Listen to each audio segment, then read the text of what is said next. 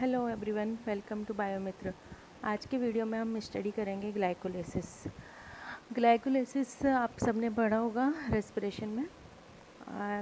बहुत इम्पॉर्टेंट एक साइकिल होता है, एक बहुत इम्पॉर्टेंट स्टेप्स होता है रेस्पिरेशन का। जब भी फूड का ब्रेकडाउन की हम बात करते हैं या रेस्पिरेशन की बात करते हैं तो सबसे पहले ग्लाइकोलिसिस हमारे माइंड में आता है। हम सबने ग्लाइकोलिसिस को पढ़ा है, लेकिन आज की वीडियो में मैं आपको बताऊंगी ग्लाइकोलिसिस को हम कैसे बहुत सिंपल वे में पढ़ सकते हैं। और इस तरह से कैसे हम उसको पढ़ सकते हैं कि हमें ना तो एंजाइम्स को लर्न करने की रिक्वायरमेंट है, ना एटीपी कहाँ प्रोड्यूस हुई, कहाँ कंज्यूम हुई, ये सब लर्न करने की रिक्वायरमेंट है। हमें सब उसको समझ के करना है। तो ग्लाइकोलिसिस ग्लूकोज का ब्रेकडाउन होता है। आप सबको पता है ग्लूकोज 6 कार्बन कंपाउंड है, वो 3 कार्बन के 2 कंपाउंड्स पायरुविक एसिड में कन्वर्ट हो जाता है थ्रू ग्लाइकोलिसिस। ये प्रोसेस होती है सेल्स के साइटोप्लाज्म में। जब भी हम कोई भी फूड कंज्यूम करते हैं उसका ब्रेकडाउन होता है, मोनोसेकेराइड्स बॉडी में अब्जॉर्ब होते हैं, लिवर के अंदर सारे मोनोसेकेराइड्स ग्लूकोज में कन्वर्ट हो जाते हैं। फिर ग्लूकोज बॉडी की डिफरेंट सेल्स में जाकर साइटोप्लाज्म में ग्लाइकोलिसिस होता है। ग्लाइकोलिसिस सबसे पहला पॉइंट हुआ कि साइटोप्लाज्म में प्रेजेंट है। उसके बाद बात आती है ग्लाइकोलिसिस को हम ईएमपी पाथवे भी बोलते हैं। बहुत इंपॉर्टेंट है, कई बार ग्लाइकोलिसिस ना पूछकर ईएमपी पाथवे के नाम से एग्जाम में आ जाते हैं। तो we should know what is EMP pathway. Why it is known as EMP pathway? Because it was discovered by Embden, Meyerhof and Parnas. Okay. उसके बाद है कि ग्लाइकोलिसिस ऑक्सीजन इंडिपेंडेंट होता है। ऑक्सीजन की प्रेजेंस और एब्सेंस डजेंट अफेक्ट ग्लाइकोलिसिस। इसके लिए ऑक्सीजन की रिक्वायरमेंट नहीं होती है। ऑक्सीजन की एब्सेंस में भी ग्लाइकोलिसिस होता है, ऑक्सीजन की प्रेजेंस में भी ग्लाइकोलिसिस होता है। Okay, it occurs in both conditions. Okay. उसके बाद ग्लाइकोलिसिस कैसे होता है, ये ग्लाइकोलिसिस के स्टेप्स हैं। और इन सब पे इनकी तरफ जाने से पहले मैं आपको थोड़ा सा बेसिक्स आपको क्लियर कर देती हूँ। आप सब ने सुना होगा एटीपी। हमारी बॉडी में एनर्जी करेंसी होती है ATP. Full form is adenosine triphosphate. एक होता है एडीपी और एक होता है AMP. 3 things, AMP adenosine monophosphate, adenosine diphosphate and adenosine triphosphate. What are these? देखिए, एडिनोसिन है, इससे एडिनोसिन वही न्यूक्लियोसाइड जो होता है उससे फॉस्फेट ग्रुप ऐड होता है। यहाँ फॉस्फेट ग्रुप है। एडिनोसिन से मैक्सिमम 3 फॉस्फेट ग्रुप ऐड हो सकते हैं। यदि एक ऐड है तो बोलते हैं हम एएमपी एडिनोसिन मोनोफॉस्फेट, 2 हैं तो एडीपी एडिनोसिन डाइफॉस्फेट, 3 होंगे तो एटीपी एडिनोसिन ट्राइफॉस्फेट। एडिनोसिन से जब फॉस्फेट ग्रुप ऐड होता है तो ये जो बॉन्ड बनता है, दिस इज़ फॉस्फेट बॉन्ड। इस बॉन्ड के फॉर्मेशन के लिए बहुत हाई एनर्जी की रिक्वायरमेंट होती है। जब ये बॉन्ड बनता है मीन्स एएमपी से एडीपी बनेगा तो एनर्जी की रिक्वायरमेंट होगी, एडीपी से एटीपी बनेगा तो एनर्जी की रिक्वायरमेंट होगी।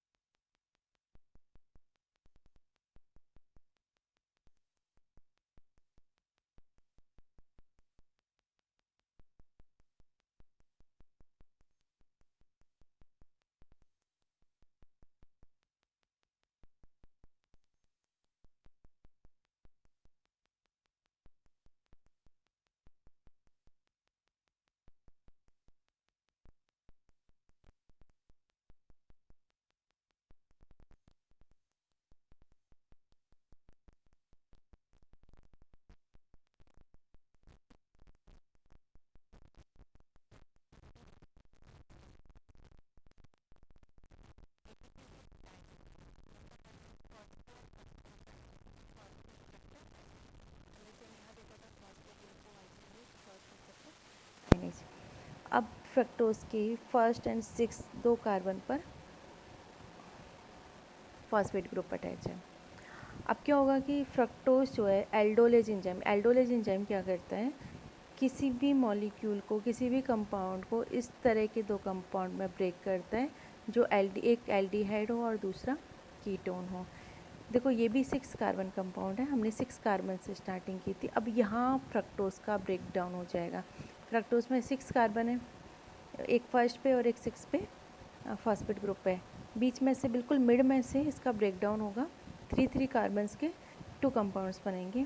अब ये भी शुगर मॉलिक्यूल्स ही होंगे, लेकिन कौन से, एक एल्डो शुगर और दूसरा कीटो शुगर, यानी कि फ्रक्टो शुगर का हाफ ट्रायो शुगर बनेगा और एक फॉस्फेट इस पे चला जाएगा, एक फॉस्फेट इस पे चला जाएगा। ट्रायो शुगर के एग्जांपल्स मैंने आपको बताए थे, glyceraldehyde is aldo sugar and dihydroxy ketone is keto sugar.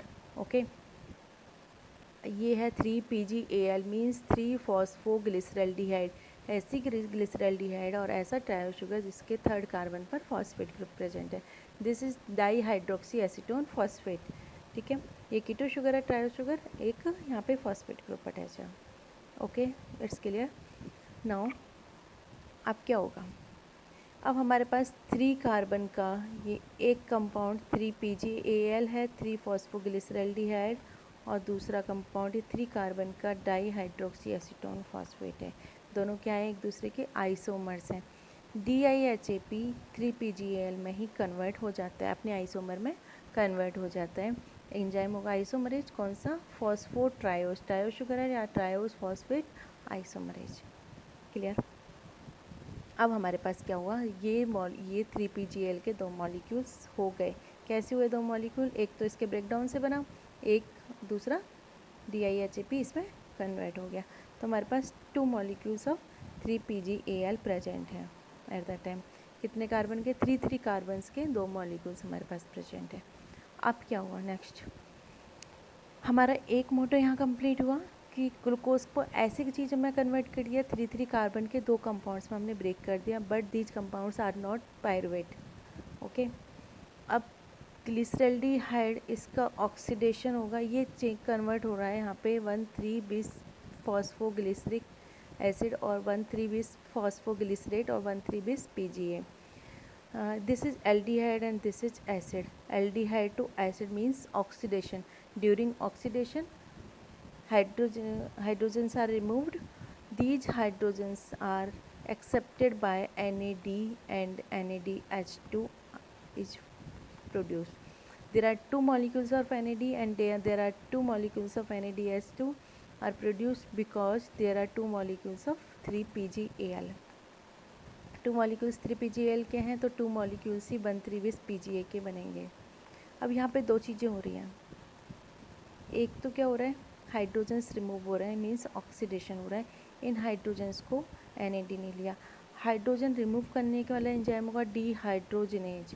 कौन सा डिहाइड्रोजिनेज, 3PgAl, यहाँ से टाइम 3PgAl डिहाइड्रोजिनेज एंजाइम होगा और इसको 1,3-bis PGA में कन्वर्ट कर देगा। हाँ, दूसरा एक और चेंज हुआ है, 3PgAl के जो 3rd कार्बन पर फॉस्फेट ग्रुप था, अब 1st कार्बन पर भी फॉस्फेट ग्रुप ऐड हो जाता है जब ये एसिड में प्रोड्यूस होता है। तो यहाँ पर ATP की रिक्वायरमेंट नहीं है, क्योंकि ये NAD और NADH का जो NAD से NADH का जो फॉर्मेशन था उसी में फॉस्फेट ग्रुप यहाँ पर ऐड हो जाते हैं। कहाँ पर, 1st कार्बन पर, तो बन जाता है 1,3-bis PGA। Okay, enzyme 3PgAl। तो यहाँ हमारे पास 2 मॉलिक्यूल्स ऑफ NADH बने और 2 मॉलिक्यूल्स ऑफ 1,3-bis PGA हमारे पास बचे। अब क्या होगा, 1,3-bis PGA में से 1st कार्बन से रिमूव हो जाते हैं ATP, sorry phosphate group. Phosphate group remove होंगे तो ये क्या रह जाएगा, 3-फॉस्फोग्लिसरेट। ओके, या only 3PGA we can say. ये ATP, ये फॉस्फेट कहाँ जाएंगे, ADP के पास जाएंगे और ATP बनेंगे। 2 मॉलिक्यूल ADP के होंगे, 2 मॉलिक्यूल ATP के होंगे, क्योंकि यहाँ पे 2 मॉलिक्यूल्स 1,3-bis PGA के थे, 2 मॉलिक्यूल्स ही 3PGA के होंगे। ओके, तो यहाँ हमारे पास 2 मॉलिक्यूल्स ऑफ ATP फॉर्म हुए हैं, ऊपर वाली स्टेप्स में कंज्यूम हुए थे।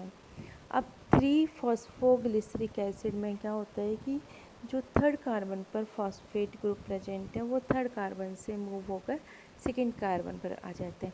म्यूटेज एंजाइम किसी भी कंपाउंड में किसी ग्रुप को एक जगह से दूसरी जगह पर ट्रांसफ़र करता है। म्यूटेज एंजाइम होगा, लेकिन कौन सा? फॉस्फोग्लिसरेट म्यूटेज और फॉस्फोग्लिसरो म्यूटेज। ओके, इसने थर्ड कार्बन से सेकेंड यानी कि 2 फॉस्फोग्लिसरेट 2 PGA बन गया। ओके, अब इनोलेज एंजाइम आएगा, इनोल फॉर्म में इसको कन्वर्ट कर देगा, फॉस्फो इनोल पायरुवेट बन जाएगा। उसके बाद यहाँ इसको हम PEP भी बोलते हैं। 2 मॉलिक्यूल्स होंगे, क्योंकि अब हमारे पास यहाँ पे 2 मॉलिक्यूल्स हैं, सारे 3 कार्बन्स के हैं। वापस से काइनेज एंजाइम आएगा, फॉस्फेट ग्रुप को हटा देगा। ये फॉस्फेट कौन लेगा? ADP लेंगे, 2 मॉलिक्यूल होंगे क्योंकि सब चीज़ 2 हैं, और ATP का फॉर्मेशन हो जाएगा। ये पायरुवेट में कन्वर्ट हो जाएगा, फॉस्फेट ग्रुप वापस एंजाइम हुआ, ATP बनेगा, तो kinase pyruvate kinase. Okay, clear. यहाँ पर मैं आपको एनर्जी भी बता देती हूँ, कितनी एनर्जी कंज्यूम हुई। 1 ATP यहाँ, 1 ATP यहाँ, 2 ATP तो कंज्यूम हुई, यूटिलाइज हुई है।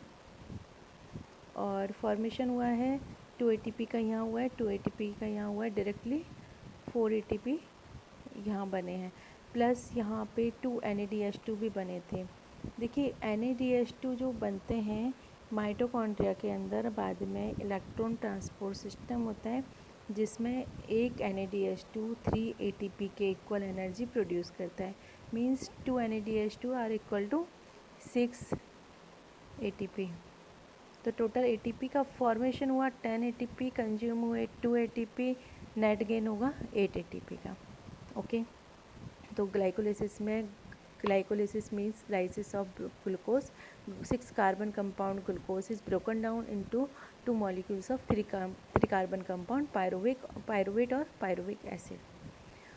This is the description. In stable glucose is converted into glucose 6-phosphate. Phosphate group is provided by ATP, and ATP is converted into ADP.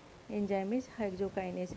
Glucose 6-phosphate into fructose 6-phosphate by isomerase. Fructose 6-phosphate into fructose 1,6-bisphosphate by phosphofructokinase. ATP यहाँ पे देगा. Fructose 1,6-बिस्फॉस्फेट का break down हो जाएगा aldolase से, ये 2 sugar बनेंगी. Okay, ये इसमें वापस से कन्वर्ट हो जाएगी. देखिए यहाँ पर मैंने आपको यहाँ ये शो किया है कि 3PGAL इसमें कन्वर्ट हो रहा है, क्योंकि ये क्या है, रिवर्सिबल प्रोसेस है. Dihydroxy acetone phosphate generally glyceraldehyde three phosphate में कन्वर्ट होते हैं. तो एक मॉलिक्यूल यहाँ बना था, दूसरा ये कन्वर्ट हो गया, तो मॉलिक्यूल इसके हो गए. आगे जो भी होगा डबल होगा. ये 3PGAL 1,3-bis-PGA में कन्वर्ट होगा, 1,3-bis-PGA 2PGA में कन्वर्ट होगा, 3PGA में, फिर 2PGA में, उसके बाद 2PEP, और फिर पायरुवेट बन जाएगा. ओके, ये एनर्जी है. 2 ATP कंज्यूम हुई, 4 ATP प्रोड्यूस हुई, 2 NADH2 प्रोड्यूस हुई, टोटल 10 ATP का फॉर्मेशन हुआ. 2 ATP कंज्यूम हुई मीन्स नेट के 8 ATP का हुआ. Thank you for watching the video.